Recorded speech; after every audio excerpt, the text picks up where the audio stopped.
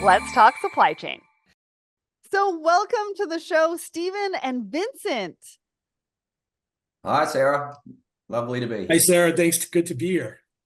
I am so excited to have you both here because we're doing something a little bit different today. We're going to be talking about cross-border e-commerce. It's a really exciting and growing market. We want to see as many organizations as possible embracing the opportunities it will bring. And so I'm really excited to find out more, take a closer look at the process from both sides of the coin, from the transportation side, from the tech side. So let's start by getting to know the two of you. So, Stephen, starting with you, can you let us know who you are and what you do at CargoWise? Yeah, so I'm Stephen Dascoli. I'm the senior e-commerce product manager at WiseTech. So we build an end-to-end e-commerce solution for cross-border e-commerce, all the way from the shipper at origin all the way to the consumer's door. So everything that happens in between that, booking it with the forwarder, booking it with a carrier, moving it from the origin facility to the the CTOs and putting it on planes, doing the customs clearance, booking it with last mile carriers, and getting it to the consumer's door. So we tie all those things together in the background. That is such an important job, especially when we're thinking about different products and getting it to people on time. And then, Vincent, can you introduce yourself and your company, Alba Wheels Up International, and just give us a little taste of what you do? Oh, great. Thank you, Sarah. And thanks to Stephen as well. Thanks for having me. I'm Vince Icapella. I am EVP of Strategic Growth at Alba Wheels Up. Alba Wheels Up is on the upper end of the middle market for customs brokerage, supply chain management, freight forwarding. Our niche, if you look at the verticals that we handle for our customers, we have microchips and semiconductors. We have wearing apparel. We have agricultural chemicals, food, FDA-regulated medical devices. You might say, what do all these things have in common? And what they have in common is they're highly regulated. They're trade sensitive. They are on the radar of Customs and Border Protection and FDA. And my team members and myself are in a part of the company that look at strategic growth initiatives and emerging issues like forced labor compliance and cross-border e-commerce, and many of these trans-Pacific, China-centric, highly regulated things that the government is really, really concerned about. Yeah, compliance is huge right now. And so you play a really big role as well. And I've been trying to get Alba Wheels Up on the show for a long time. So I'm excited to have you here and learn a little bit more about what you're doing, as well as your partnership with WiseTech.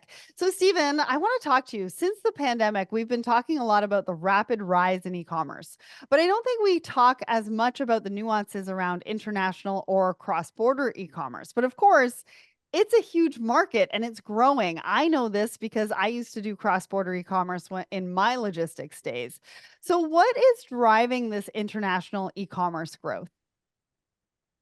Well, I think as consumers, we just want convenience. It's easier to just go and buy something online. You can compare prices. It's cheap to ship something from China into the US or to wherever. So yeah, I think as long as things are convenient and it's cheap, e-commerce or cross-border e-commerce is going to continue to grow and grow. So yeah, I think the growth is always going to be there. Yeah, what do you think about that, Vincent? You're in the US. I know there's a lot of cross-border between Canada and the US. Yeah, and Mexico and Canada and US. No, I agree with Stephen. I think it's great to remember that those of us in supply chain and logistics, we sometimes think e-commerce is the way something's filed.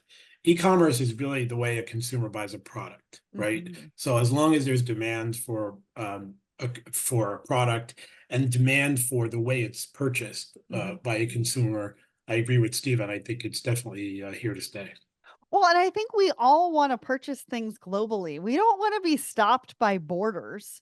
Right? There's some fabulous products in different countries. You know, Stephen, you're in Australia. There are some products that are just in Australia that I've been looking at as well. And so, how do I get that product? How do we get it easier? How do we open up borders and make sure that consumers are having access? Because it's good for local economies as well, right? If we think about that. So Stephen, what kind of growth can we expect? I know post-pandemic, the rate of e-commerce growth has sort of plateaued slightly, but it's still ahead, right? I think we're talking about a projected market volume of nearly $5 billion by 2028. What does that mean? What will that growth mean for the industry and for the different players within it? Yeah, well, the pandemic definitely saw some changes in the way that e-commerce was shipped. You know, there was movement from traditional air freight e-commerce to more bulkier sea freight shipments. But I think the shift has come back a little bit. But yeah, the more growth comes more opportunities for forwarders. But with that, I guess the more challenges. So I just as an example in the EU, for example, we're seeing like proposals of removal of that €150 de minimis value for those low value H7 declarations. So, that's basically to simplify the VAT rules over in Europe. So I think we'll see, continued compliance changes to be able to make, shipping, small e-commerce orders simpler. But then again, at the same time, we'll probably see more controls put around it. So yeah, overall, I think there's going to be a lot more legislation changes just to make it a lot simpler, like a lot more simple for forwarders and brokers to get into the space and just to handle that high volume that there is. Yeah, and just to talk a little bit about de minimis, hopefully Canada's gonna get on board with Europe because Canada's de minimis is awful. But just to let you know, going into I think the States, it's about $700. So you can ship anything into the US, I believe, that's less than $700 without I don't know if it's without customs clearance, but without GSTs or It's about taxes. 800. It's It's 800, 800. Okay. you do need a type of release. And I think when some of the later in the discussion might be a good spot, but Stephen talks about additional data, and there's a big debate going on about that. And I know that WiseTech has been a leader in that on the Customs Operations Advisory Committee, as once I was as well. There's a lot of talk about making e-commerce more compliant with additional data, and I think that's an opportunity for brokers and forwarders, customs brokers who are regulated and licensed to do that with the right partners, and to collecting that additional data. I think the EU is going the same way. Yeah, because it really limits what we can do cross borders when it comes to de minimis, because really at the end of the day, it adds cost, which then adds cost to the consumer, right? And that is a detriment to those who are selling those products, because the more you increase the price, the less you're going to actually sell to consumers. And so that's what I wanted to get across. And I thank you for, talking about that, Vincent, because it's a really big deal, especially when we want to open up borders. So it's an exciting time, but I think cross-border e-commerce does come with a lot of challenges. I mean, we've just talked about some of the regulations, the compliance, but I'm sure there's a lot more. So talk to us about some of the challenges that are posed by this growth. I mean, $5 billion by 2028, and how that is going to affect the whole entire B2B supply chain. Stephen, I'll start with you, and maybe Vincent, if you want to jump in. Yeah, I think the surge in B2C e-commerce, it's obviously going to continue to put pressure on the small to medium size forwarders. The volumes that the e-commerce giants ship these days, basically, they're taking up all the capacity with carriers. It's making it quite hard for those small to medium guys to get any space with airlines. So yeah, I think it's really going to put pressure on those small to medium guys. Especially from like an international space perspective. Yeah, that's a really good point, right? Because you've got the giants like Amazon and FedEx and UPS who are moving a lot of e-commerce around the world. And so they're taking a lot of that cargo space within those airplanes, and it's like, if freight forwarders are trying to move their packages and things like that, they get bumped sometimes, right? Vincent, talk to me about this challenge. I'm sure you've come up against it. Yeah, I do want to go back to another challenge. It's something you said earlier. One challenge is, balancing this facilitation of trade, that you want the consumers to have access to goods and you want people to be able to ship them and sell them. And then also, being a customs broker, being highly regulated, we're very much in favor of additional data elements of keeping those shipments safe, with the additional data, 10-digit HTS. And I think, which is a challenge, the challenge is balancing that, right? Of making the product safe and, Food and Drug Administration regs and things like that.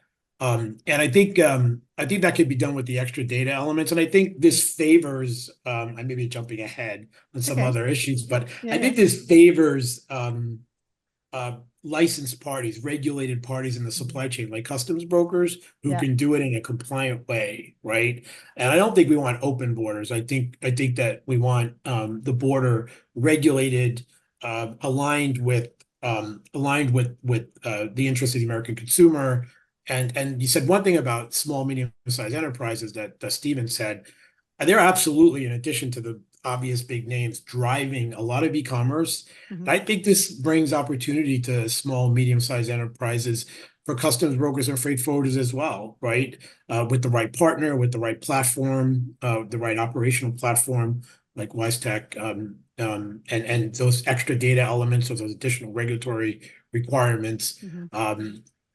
can be fulfilled, and you can operate within compliance. Yeah, I want to say thank you for correcting me there. I know I No, keep it's saying okay. open borders, but I just mean open borders for the flow of goods. Like, I I really get it. want to buy that product I from got it. Australia. But when I say open borders, I mean just a little bit easier for us to move goods back and forth between countries, but obviously have the rules, the regulations, the compliance, because that is super important. And, taxes have a place. So I think despite some of those challenges that we've talked about, the growth is also going to present a lot of opportunities. And we're really in an environment that is helping make these opportunities more and more accessible. But what opportunities are available now for forwarders in cross-border D2C e-commerce fulfillment? Stephen? Yeah, I guess the opportunities are endless, but just to touch on a few, I think what Vince talks about the data elements and creating tools to be able to clean that data and make it safer, not sending riskier consignments. I think we spoke about the bigger e-commerce giants previously, and the opportunities for forwarders to get into that space, and the buying power that comes with having a customer that is an e-commerce giant. I think from a forwarder's perspective, they have a customer that's an e-commerce giant. They can go to the market, they can talk to carriers, and the rates that they could get from these carriers in comparison to a forwarder that is just handling your traditional B2B business. You're going to get a lot cheaper rates. So I guess the opportunities for them to be able to ship the e-commerce business, but also continue with their B2B business. But they could go to the market in the B2B space and be selling at that lower cost because they have that buying power with the carriers to be able to give them volume and get the cheaper rates. Well, And and I guess that's so true. Like, I go back to my logistics days. So I used to work for a freight forwarding company, and part of what we did was consolidated e-commerce. So the US customer would have a whole bunch of orders for Canada. We'd consolidate that on a pallet and move it as sort of one shipment into Canada, break it apart, send it out to all of the different clients or all of the different consumers that had, bought individually from this one supplier. But that also is an opportunity, I think, for fulfillment as well. But coming with that consolidation, I can tell you some of the frustration that I had was that we didn't have the data back then, right? I'm talking like 10 years ago. So we didn't really have the data back then. And I feel like we could have done so much more, not only for our clients and the shippers and things like that, but if we had the right tools, we had the right data, we had everything that we needed to be able to maybe move it quicker, better, faster, easier. Right, Vincent? Do you have anything you want to jump in there with? I think I agree with both of you, everything you've said. Mhm. And it was well said and well thought through. You talk about an opportunity, and e-commerce is by no means a core competency of Alba, right? Mhm. But we look at it, the demand for it growing, and then we have a lot of folks in apparel and consumer products, electronic consumer products, and we see a portion of that inventory in that category, right? Mhm. So you have this demand from your existing customers that are still maybe primarily B2B, right? That are going B2C, but maybe they're paying duty. Maybe it's all commingled in their actual inventory. We see huge opportunity on the southern border in that a lot of companies are looking at putting inventories south of the border in Baja and Yes. keeping them there until they're sold. Mhm. And that doesn't even mean that importer or that US reseller Mhm. has a majority of e-commerce. They may still have a majority of B2B, but we are seeing that companies that don't do that, that companies that still pay duty on that B2C might be at a market disadvantage because of the pricing, right? So I think it's a great opportunity. And you talk about small to medium-sized enterprises. Mhm. Many of these importers are mid-sized, middle market companies Mhm. taking advantage of this, and you could have some very small SMEs at the southern border doing transloads or managing across border. So I think there's a lot of opportunity for SMEs. Yes, that is so true because I used to do that part of it as well, but really between the USA and Canada. I didn't get involved too much between Mexico and the US. But that's such a good point, right? All of these DCs that are along the border in a variety of different ways can really utilize their facilities in some great ways as long as they have the right technology and the tools. And I know we're going to get into that in a little bit. But Stephen, I want to ask you just one more thing because you say that forwarders really are seizing the moment, right? That they're recognizing this time of growth, being proactive when it comes to being a part of it, which is really positive news. Talk to us about how logistics leaders are embracing this movement, this growth. Like from your perspective, how are you seeing brands and your clients tackle some of these challenges, embrace the opportunities, make the operational changes needed to ensure success?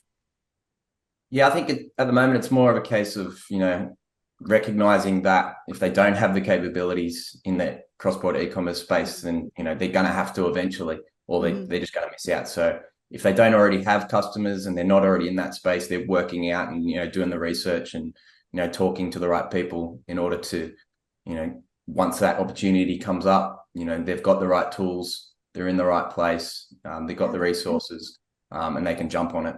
They simply, if they don't, then they're missing out. So, yeah, I think, if they're not already in it, they're figuring out ways to get into it. Yeah, and be innovative, right? So we want to be proactive rather than reactive, especially when it comes to some of these things. But we also want to innovate. We want to figure out what other revenue streams are possible, what's out there. I come from this world and I remember, it can be a commodity sometimes for freight forwarders as far as the freight is concerned. And so, what other revenue streams? What are the other value add? What are we providing to clients? But maybe other forwarders or some of those e-commerce giants that we talked about, how do we collaborate, how do we partner? Vincent, did you want to add something there? I know that Stephen said something really insightful. Back in the height of 22, at the height of the shipping crisis, the shipping pandemic and crisis from Asia, with the supply and demand and port congestion, we had a lot of companies that came to us for the reasons that you state, because remember we had the China 301 duties to the US, Yeah. which added duties on top of the base duty rate. And many companies were like looking to mitigate this cost. Mhm. And we had a couple of brands that came to us and said, they came to us for the 3-2-1, they came to us for the direct to consumer. And maybe when you spelled everything out, they weren't quite ready, right? So we got the regular business, which was we didn't argue. We took the B2B, but they wanted to know that you were ready when they were ready, right? To Stephen's point, there are people thinking about it, they're being asked about it. I think their CFOs are bringing them in saying, our competitors are not paying duties on these SKUs. Why are we paying duties, right? And then what you do about it is another thing. But I think Stephen's onto something. I think everybody's thinking about it. Everybody's selling that way. It's just a matter of how much and what they're paying for it, right? What the costs are. Well, and also cash flow, right? I mean, paying duties and taxes is really something that sort of is held over the head of freight forwarders and customs brokers and things like that. And when you can think of innovative ways of being able to maybe hold back some shipments so that you don't have to pay taxes and duties right away, it really helps with cash flow, which means that you can then invest in other things like technology, which we're going to talk about in just a second. So technology is obviously a big part of making all of this growth happen. So how is technology helping organizations to realize faster, safer, more reliable cross-border e-commerce order fulfillment? Wow, that was a mouthful. Stephen, what do you think? Yeah, I think, the competitiveness in the market as well with such little margins in the e-commerce space, you can't just throw people at, trying to figure it out. The overheads of just throwing labor at it is just not going to work. You'll quickly either go broke or you'll, lose the customers. So yeah, they must utilize technology, to automate the processes, put things in place so that, people don't have to handle exceptions or, the technology manages the exceptions for them or manages the majority of the process at least, with people just handling, the small percentages of exceptions. And I think the technology, it really empowers your organization, right? It empowers the people within the organization. It empowers the organization just to be that much more efficient and maybe even process driven. Yeah. And I think having, one system, a single source of data, there's data corruption issues, cyber threats, consistency in the data when it's moving from one government agency to another or to a carrier or to a supplier or even, the end consumer, having it consistent, obviously, the benefits with that again. So definitely playing a big role there.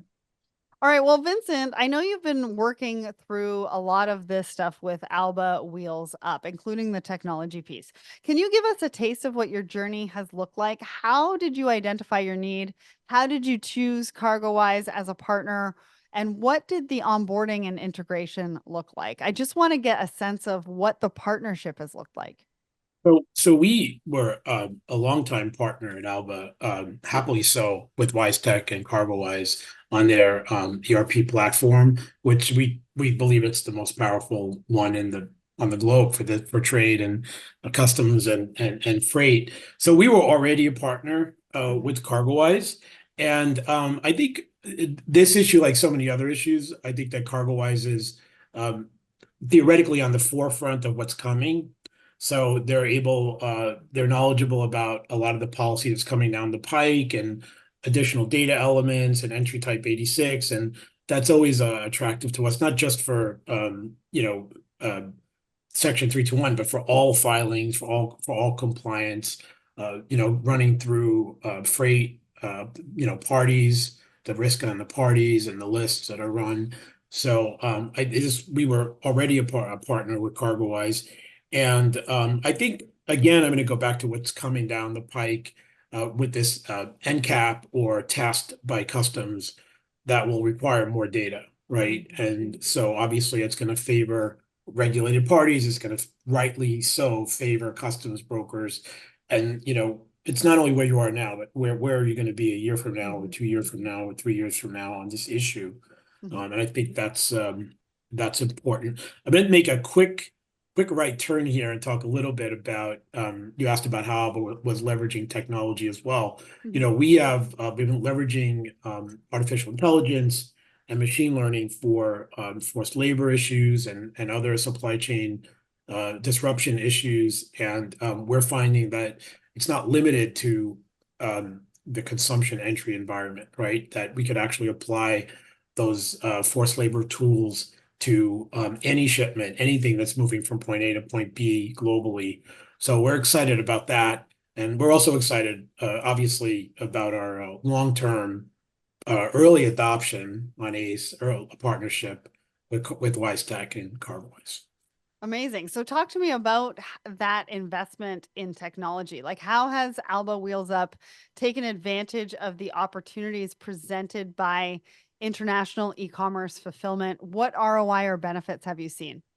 Well, like I said, it's not our core, it's not our biggest product, but we did, especially in the pandemic, we were able to leverage geographically in Southern California anyway, we were able to leverage our proximity to the southern border, and those brands that were, as Stephen said, I'll say it a different way, dipping their toe in the water Yeah. on these processes. And we also saw that the same infrastructure it took logistically to move from the port of Long Beach to a bonded facility in Mexico and come back duty-free through e-commerce was the same infrastructure companies were using for nearshoring, right? It was exactly the same infrastructure companies were using to go into those bonded facilities. So, we did see since 21, since 22, more demand on that. And leveraging the technology again in general, not just limited to e-commerce, but business intelligence and having the analytics and the KPIs and being able to offer those to customers about what's happening in their world, what's happening in their supply chain, what are the important trends, how does that customer measure success, how do they measure how well certain things are performing in the chain. So we've been able to do that as well. Sounds like some amazing insights, which I like to hear, right? We haven't typically been data driven, right? It's taken us a while to sort of get there as freight forwarders, customs brokers, that kind of thing. And we haven't really had a ton of access to it. And so now having access to it and really being able to create those business insights really sets you apart, right? It gives you that competitive advantage. It helps you look for those new revenue streams. Now, do you have any top tips for, or maybe share some of your advice for how organizations should approach maybe opening themselves up to international e-commerce? Like, what should they be thinking about? What questions should they be asking? How do you find a partner to work with on this? That one for me? Yeah, Or Vincent. all right, okay. You can start, So, and then I'm going to go to Stephen. So all right, Stephen, get so ready. I advice to fellow brokers and forwarders is not that solicited by them, but solicited by you. So I'll say is that I think we're in this debate in the customs brokerage community about pro 321, anti 321, more I've data, heard less of this. data. I've heard of this. And I think I would just like start, figure out how is your company going to operate in this space? Like how does your company take advantage of what's going on? Because I don't see any regulatory changes on the horizon, even the most severe ones that are going to change the trend, that are going to stop e-com or that are going to stop nearshoring in northern Mexico. My advice would be to figure out what role does your company play. It could be not a primary one, but I think it has to have a role as every customer looks at a portion of their inventory, right? Yeah. And says, we're going to do this with a portion. Advice to companies, just real quick, just the younger companies post 21, post 2020, they design their supply chain mostly around B2C. And they're really agile and they're really comfortable. And some of the legacy companies, legacy supply chains, and a lot of brick and mortar in the United States, they want to do it. They want to take a portion and break it off and say, I want to take 20% and put it down there and go direct to consumer. But they have, maybe they're a little, the cycle time is longer on the decision because they have a lot of infrastructure built up in the United States and they don't necessarily make that change as quickly. So I think maybe younger companies might have a little bit of an advantage there because they're more open and they're designing the company that way to start.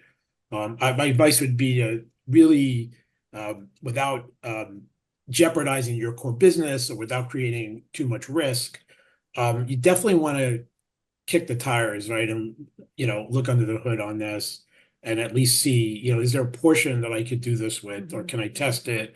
Can I try it we have some customers that are just doing it on some SKUs, right? Small ones or ones that are really popular online. So, that would be what I had to add. That's great advice. Now, Stephen, when companies are looking to partner with you at WiseTech or CargoWise, what kind of questions do they come to you with initially? Yeah, I think obviously the biggest question is, how do we handle the amount of volume that comes with e-commerce? I think it's a bit daunting when they see, massive amounts of data that they need to process through their system. I think, Right. Don't be afraid of the amount of data that there is. The majority of that data, if you do it the right way, you can validate it, you can screen it, and it's only a small portion of that data that you actually need to action. It's just the exceptions that come out of that data. If you're validating and screening it properly, you got the right tools in place, to be able to just handle the small portions of it physically, or by users. So I guess my one recommendation would be, don't be afraid to get into this space. Don't let the volumes, don't let the amount of data, scare you off. I think it's quite easy for smaller brokers or, medium-sized brokers or forwarders to get into different spaces of the supply chain. They don't have to handle it end to end, like the big giants in the forwarding space. So there's definitely niches that are available for anyone to get involved in. Yeah, that's really, really good advice. I think just get started, or at least, call somebody with the Yeah, do your technology. due diligence, obviously, do your Yeah. training, don't just jump into it tomorrow, do your training, do your testing, and Mhm. yeah, just don't be afraid to get in there. All right. I love that. So, what do we think the future looks like if we're trajecting this growth into 2028 as like $5 billion? What do we think that roadmap looks like? Why is it here to stay? Vincent, I'm going to start with you and end with Stephen. Okay. So go back to the regulatory. I think you're right. I think it's 4.95 billion by 28 with Mhm. aggregate growth rate of like 10% a year, right? So that's a lot. I still think that's motivated by consumer buying behavior, right? And that's what's really motivating this expectation that something's going to arrive quickly and easily. And look at the selection you have now on the internet versus walking into a brick and mortar store. Mhm. So I think it's here to stay. The bumps in the road could be regulatory issues in the U.S. Congress if certain laws are passed. I'm not so concerned about additional data. I think everybody's accepted, most everybody's accepted there will be more data. There should be more data, 10-digit HTS, other things that make it safer and easier to target and easier for customs to monitor. But some of the other regulatory issues in the last 60 days about the future, about 301 duties and de minimis, and specifically about China, I think they could create some headwinds for e-commerce, but nothing that we're seeing, nothing that, would change the consumer behavior. Like, I want that product, I want it to show up on my doorstep. That would still be the same. What could change, and I'll finish where I started on this, that e-commerce really isn't the way you file something to get in the country. It's how somebody buys something, right? So either you're going to buy it and it's going to be duty free, or they're going to buy it and it's going to be duty on it and it's still going to show up on your doorstep, and you're still going to have to you'll still be in that e-commerce channel. Yeah. So Or they get charged the duty, get really mad, and don't rebuy. maybe. Happened to me. All right, Stephen, last word. What do you think? Yeah, I think as Vince says, it's consumer driven. We're always going to want faster, cheaper, more convenient shopping. I think just the nature of us, we're time poor. We want everything yesterday. So, if manufacturing and labor costs are cheaper overseas, I think with that, it's just going to continue to grow. As we build out technology as well and make it easier for brokers and forwarders and 3PLs. It's just going to make it easier for them to handle and process. So yeah, it's just going to continue to drive the growth. Well, technology plays a pivotal role in empowering freight forwarders to take control of the international e-commerce supply chain, offering crucial solutions that cater to the needs of their online seller customers. With a growing reliance on their freight forwarder partners, many are looking for support to navigate the complexities of customs clearance, cross-border tracking, and meet heightened consumer delivery expectations. If that sounds familiar, you need CargoWise. CargoWise International e-commerce is a single platform for the entire international e-commerce fulfillment supply chain, providing a faster, safer, and more reliable cross-border e-commerce fulfillment experience. So visit cargowise.com to learn more and download their super helpful and free e-commerce ebook or request a cross-border e-commerce consultation. And did you have a guess at today's big question? Well, at the top of the show, I asked you what annual growth rate we could expect from e-commerce. Well, we kind of mentioned it earlier. We're expecting an annual growth rate of 10.06% in the global e-commerce market revenue from 2023 to 2028, resulting in a projected market volume of nearly $5 billion by 2028. So now really is the time to embrace cross-border e-commerce. A massive thanks to Vincent and Stephen for joining me today, and to the team at CargoWise and Alba Wheels Up for making this episode happen. Stephen, Vincent, thank you so much for joining me today. Oh, thank you so much. Sarah, pleasure being here.